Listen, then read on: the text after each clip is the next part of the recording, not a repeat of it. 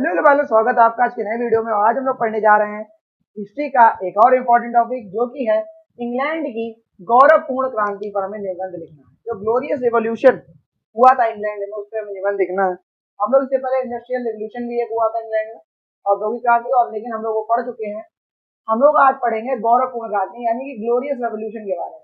तो शुरू करते हैं इस टॉपिक को। बहुत ज्यादा इंपॉर्टेंट टॉपिक हम लोग का हिस्ट्री के लिए, ठीक है। ये हम लोग वर्ल्ड हिस्ट्री पढ़ रहे हैं और ज्यादा टॉपिक बचे नहीं हम लोग हिस्ट्री में, और जैसे बल्क में वीडियोज आनी इसके बाद तुरंत हम लोग मुस्लिम लॉ शुरू कर देंगे।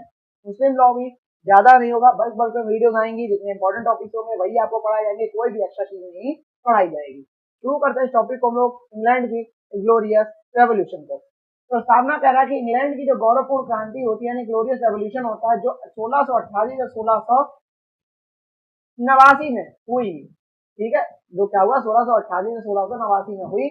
तो ग्लोरियस रेवोल्यूशन इतिहास की एक महत्वपूर्ण राजनीतिक और कानूनी घटना है। इतिहास की क्या है?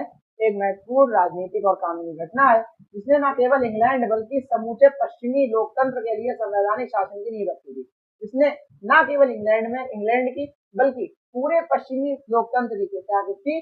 पूरे पश्चिमी लोकतंत्र के लिए संवैधानिक शासन की नींव रखी थी। इस क्रांति के माध्यम से इंग्लैंड में राजशाही की निरंकुशता समाप्त हुई। इस क्या हुआ? इस क्रांति के माध्यम से इंग्लैंड में राजशाही की जो निरंकुशता थी वो समाप्त हुई और संवैधानिक राजशाही का उदय हुआ। और संवैधानिक राजशाही का क्या हुआ? उदय हुआ, जिसमें राजा की सत्ता सीमित और संसद की भूमिका महत्वपूर्ण हो गई। इसमें राजा की सत्ता तो सीमित हुई परंतु संसद की भूमिका क्या हुई? महत्वपूर्ण हो गई। इसे गौरवपूर्ण इसलिए कहा जाता है क्योंकि इस क्रांति में न्यूनतम रक्तपात हुआ। इसे गौरवपूर्ण इसलिए कहा जाता है कि इसमें खून खराबा क्या हुआ? इस क्रांति में बहुत ही कम हुआ और यह सत्ता परिवर्तन एक शांतिपूर्ण संगठित प्रक्रिया के तहत हुआ था।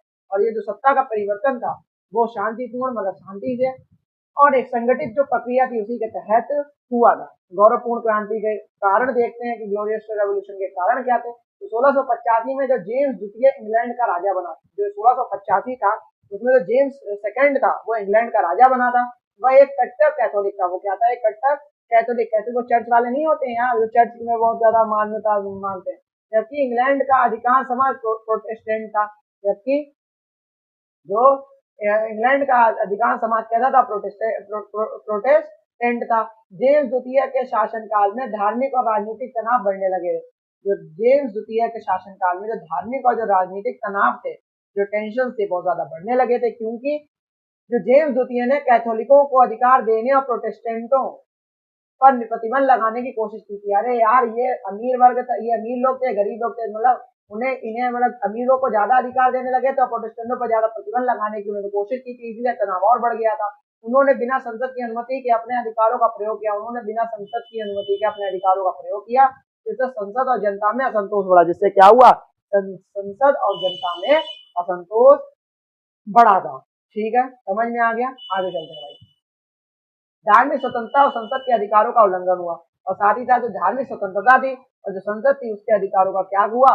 उल्लंघन हुआ। इसी असंतोष और धार्मिक भेदभाव की वजह से इंग्लैंड के प्रमुख नेता विलियम ऑफ ऑरेंज, ऐसी असंतोष और धार्मिक भेदभाव की वजह से क्या हुआ? जो क्या थे? इंग्लैंड के प्रमुख नेता थे, इनका नाम था विलियम ऑफ ऑरेंज, और उनकी पत्नी मैरी, जेम्स की बेटी को आमंत्रित किया गया कि वे इंग्लैंड में आए और जेम्स द्वितीय को सत्ता से हटाकर लोकतांत्रिक शासन स्थापित करें।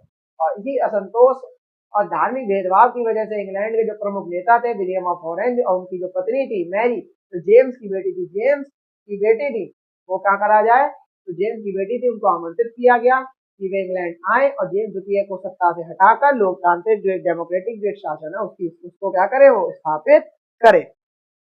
फिर भाई घटनाक्रम और क्रांति की प्रकृति क्या थी? घटनाक्रम और क्रांति की प्रकृति देखें तो विलियम ऑफ ऑरेंज का आगमन 1688 में इंग्लैंड में हुआ था। विलियम ऑफ ऑरेंज जो थे का जो आगमन था वो कब आए थे इंग्लैंड? 1688 में। जेम्स द्वितीय की सेना कमजोर और असंयमित थी। तो जेम्स द्वितीय की जो सेना थी वो कमजोर और असंयमित थी और उसे समर्थन नहीं मिला था। उसे क्या नहीं मिला? तो समर्थन नहीं मिला था। जेम्स ने बिना युद्ध किए ही सत्ता छोड़ दी और विलियम व मैरी ने संयुक्त रूप से सिंहासन ग्रहण किया। और जेम्स था क्योंकि अपनी बेटी से थोड़ी युद्ध करेगा, और ना अपने दामाद से युद्ध करेगा, तो जेम्स ने बिना युद्ध किए ही सत्ता छोड़ दी और विलियम व मैरी ने संयुक्त रूप से सिंहासन ग्रहण किया। इस प्रकार यह क्रांति रक्तहीन व गौरवपूर्ण रहे। इसी प्रकार से इस क्रांति क्या रही, बिना खून खराबे के और एक ग्लोरियस तरीके से गौरवपूर्ण रही। गौरवपूर्ण क्रांति की प्रमुख परिणाम देखें तो गौरवपूर्ण क्रांति के क्या प्रमुख परिणाम है, संवैधानिक शासन की स्थापना हो गई। तो संवैधानिक शासन की क्या हुई, स्थापना हुई। गौरवपूर्ण क्रांति ने इंग्लैंड में संवैधानिक राजशाही कॉन्स्टिट्यूशनल मोनार्की की स्थापना की। गौरवपूर्ण क्रांति ने इंग्लैंड में संवैधानिक राजशाही यानी कॉन्स्टिट्यूशनल मोनार्की की स्थापना की। इसका अर्थ यह हुआ कि राजा अब अधिनायकवादी नहीं था।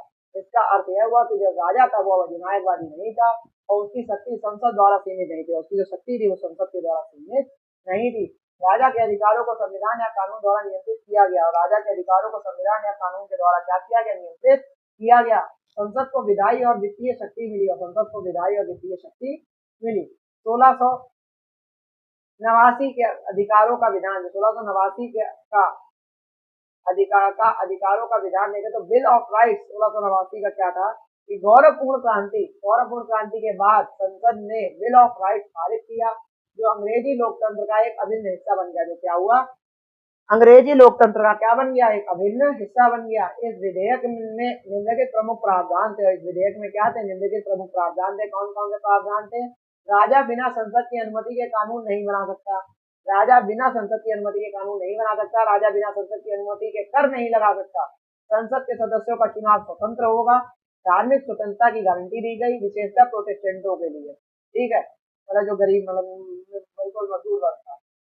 राजा को न्यायालय के फैसलों का उल्लंघन करने का अधिकार नहीं था और राजा को जो न्यायालय फैसला करेगा उसका उल्लंघन करने का बिल्कुल भी अधिकार नहीं था। ठीक है भाई, यह विधेयक अंग्रेजी संविधान का एक आधार स्तंभ है और यही विधेयक क्या था, अंग्रेजी संविधान का क्या बना, एक आधार स्तंभ है। और आज भी ब्रिटेन के संवैधानिक व्यवस्था महत्वपूर्ण स्थान रखता है। और आज भी क्या है, ब्रिटेन की जो संवैधानिक व्यवस्था है उसमें क्या रखता है, एक महत्वपूर्ण स्थान रखता है। संसदीय संप्रभुता देखे यानी पार्लियामेंट्री सॉवरेंटी देखे तो गौरवपूर्ण क्रांति के बाद संसद को सर्वोच्च सत्ता प्राप्त हुई। एक गौरवपूर्ण क्रांति के बाद क्या हुआ, संसद को सर्वोच्च सत्ता प्राप्त हो गई। संसद की संप्रभुता का सिद्धांत यहीं से विकसित हुआ। जो संसद की संप्रभुता का जो सिद्धांत था वो यहीं से विकसित हुआ, जिसके तहत संसद के द्वारा बनाए गए कानून सर्वोपरि माने जाते हैं। और जिसके तहत क्या हुआ, संसद के द्वारा जिसके द्वारा क्या हुआ, जिसके तहत जो संसद के द्वारा बनाए गए जितने भी कानून है वो सर्वोपरि माने जाते हैं और राजा या सरकार उनका उल्लंघन नहीं कर सकते। और राजा और जो सरकार है वो उनका उल्लंघन नहीं कर सकते, जो संसद जो भी कानून बना देगा। गौरवपूर्ण क्रांति के का विधिक महत्व देखें तो विधिक महत्व क्या निकल के आता, तो संवैधानिकता का जन्म। गौरवपूर्ण क्रांति ने यह सिद्ध किया कि सत्ता का स्रोत राजा नहीं बल्कि कानून और संसद है। गौरवपूर्ण क्रांति या ग्लोरियस जो रेवोल्यूशन था उसने यह सिद्ध किया कि जो सत्ता का स्रोत है वो राजा नहीं है बल्कि कानून और संसद है। यह विचार रूल ऑफ लॉ का आधार बना, यही विचार विधि के शासन का आधार बना।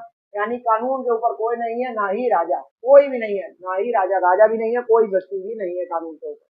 यह सिद्धांत आधुनिक लोकतंत्र व्यवस्थाओं की आधारशिला है। और यह सिद्धांत क्या है, जो आधुनिक लोकतांत्रिक व्यवस्थाएं हैं उनकी क्या एक आधारशिला है, आधार है, उनका बेस है। भारत में भी संविधान और सुप्रीम कोर्ट ने इस सिद्धांत को स्वीकार किया और भारत में भी संविधान और सुप्रीम कोर्ट ने इस सिद्धांत को स्वीकार किया। उदाहरण के तौर पर केशवानंद भारती केस 1973 में भारत के सर्वोच्च न्यायालय ने संविधान के मूल ढांचे में रूल ऑफ लॉ को एक मूलभूत सिद्धांत माना है। ठीक है, आगे चलो। राजशाही की शक्तियों की सीमाएं। अब भाई जो राजशाही की शक्तियां थी उनकी क्या सीमाएं थी, तो गौरवपूर्ण क्रांति ने राजा की शक्ति सीमित कर दी थी। जो गौरवपूर्ण क्रांति थी उसने क्या करी थी, राजा की शक्ति को सीमित कर दिया था, जिससे सरकार को जवाबदेह बनाया गया। जिससे क्या करा गया, सरकार को जवाबदेह बनाया गया। राजा कानून का पालन करने और संसद के आदेश मानने के लिए बाध्य था।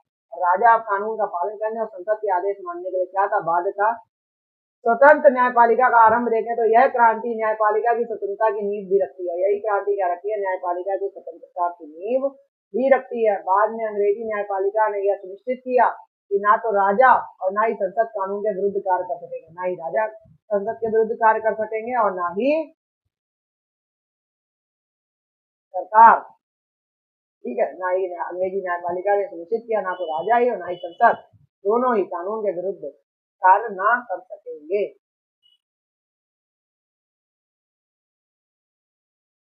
गौरवपूर्ण क्रांति और आधुनिक लोकतंत्र को देखें तो गौरवपूर्ण क्रांति ने लोकतंत्र के विकास में निम्नलिखित योगदान दिया है। जो गौरवपूर्ण क्रांति यानी कि जो ग्लोरियस जो था रेवोल्यूशन ने क्या करा है, लोकतंत्र के विकास में एक निम्नलिखित योगदान दिया है। कैसे निम्नलिखित योगदान दिया है? कि संसदीय लोकतंत्र का विकास करा गया, जनता के चुने हुए प्रतिनिधि शासन में भाग लेने लगे। तो जनता जिन्हें चुनती थी उन्हीं के जो चुने हुए प्रतिनिधि थे वो शासन में भाग लेने लगे। मानवाधिकारों की सुरक्षा करी गई, यानी अधिकारों की रक्षा के लिए कानूनी प्रावधान हुए। धार्मिक स्वतंत्रता यानी प्रोटेस्टेंट धर्म को बढ़ावा मिला और धार्मिक भेदभाव क्या हुआ? कम हुआ। भारत में गौरवपूर्ण क्रांति का प्रभाव। भारत में गौरवपूर्ण क्रांति का क्या प्रभाव देखा गया? भारत में गौरवपूर्ण क्रांति का प्रभाव देखें तो गौरवपूर्ण क्रांति के सिद्धांतों ने भारतीय संविधान और लोकतंत्र को गहरा प्रभावित किया। तो कैसे प्रभावित किया? संविधान सभा की बैठकों में चर्चा करते समय अंग्रेजी बिल ऑफ राइट्स और पार्लियामेंट्री सॉवरेनिटी को संदर्भित किया गया। तो संविधान सभा की बैठकों में चर्चा करते समय क्या करा गया? जो अंग्रेजी बिल ऑफ राइट्स और जो पार्लियामेंट्री सॉवरेनिटी थी उसको संदर्भित किया गया। भारतीय संविधान का अनुच्छेद 14 जो समानता का अधिकार कहते हैं, अनुच्छेद 21 जीवन और स्वतंत्रता का अधिकार कहते हैं, अनुच्छेद 32 सुप्रीम कोर्ट में याचिका का अधिकार, अगर कोई उसके खिलाफ ह्यूमन राइट के खिलाफ कोई भी कानून बनता है, में रूल ऑफ लॉ की छाप स्पष्ट दिखती है। भारत की संवैधानिक प्रणाली में संसदीय संप्रभुता की अवधारणा ब्रिटिश पार्लियामेंट से ही ली गई है। और देखते हैं नीचे, न्यायपालिका की स्वतंत्रता का विचार भी इसी क्रांति की देन है। इसे भारत में सुप्रीम कोर्ट ने प्रमुखता से स्वीकारा है। और न्यायपालिका की स्वतंत्रता का जो विचार है वो भी इसी क्रांति की देन है, जिसे भारत में सुप्रीम कोर्ट ने प्रमुखता से स्वीकारा है। ठीक है। और आखिरी में निष्कर्ष ये निकलता है कि इंग्लैंड की जो गौरवपूर्ण क्रांति एक ऐसी ऐतिहासिक क्षण है जिसने राजा की निरंकुश सत्ता का अंत कर संवैधानिक शासन की नींव रखी है। इस क्रांति ने विधिक और राजनीतिक दृष्टि से आधुनिक लोकतंत्र की राह तो प्रशस्त की ही है, जहाँ कानून के शासन, रूल ऑफ लॉ, मानवाधिकार और संसदीय संप्रभुता की स्थापना भी हुई है। विधि के छात्र के लिए गौरवपूर्ण क्रांति समझना आवश्यक है कि यह केवल इंग्लैंड के लिए ही नहीं बल्कि पूरे विश्व के लिए लोकतंत्र और न्याय की स्थापना की मिसाल है। इसके सिद्धांत आज भी आधुनिक न्याय प्रणालियों, विशेषकर भारत जैसे लोकतांत्रिक देशों की संवैधानिक ढांचे में प्रभावी। यहाँ पे हम लोग का शायद रिवीजन चार्ट है क्या? नहीं, रिवीजन चार्ट नहीं है। तो यहाँ पे हम लोग का ये पूरा टॉपिक खत्म हो गया। मेरे हिसाब से आपको पूरा टॉपिक यहाँ पे समझ में आ गया होगा। और नहीं समझ में आया तो आपको पता है आपको क्या करना है। आपको पता है कि यहाँ पे आपको फटाफट 1.5 लाख एक दो बार वीडियो देख लेनी है, इससे आपको बहुत अच्छी चीजें समझ में आ जाएंगी। और ऐसे ही वीडियो आते रहेंगे आपके लिए हिस्ट्री के। तक ले जय हिंद, जय भारत।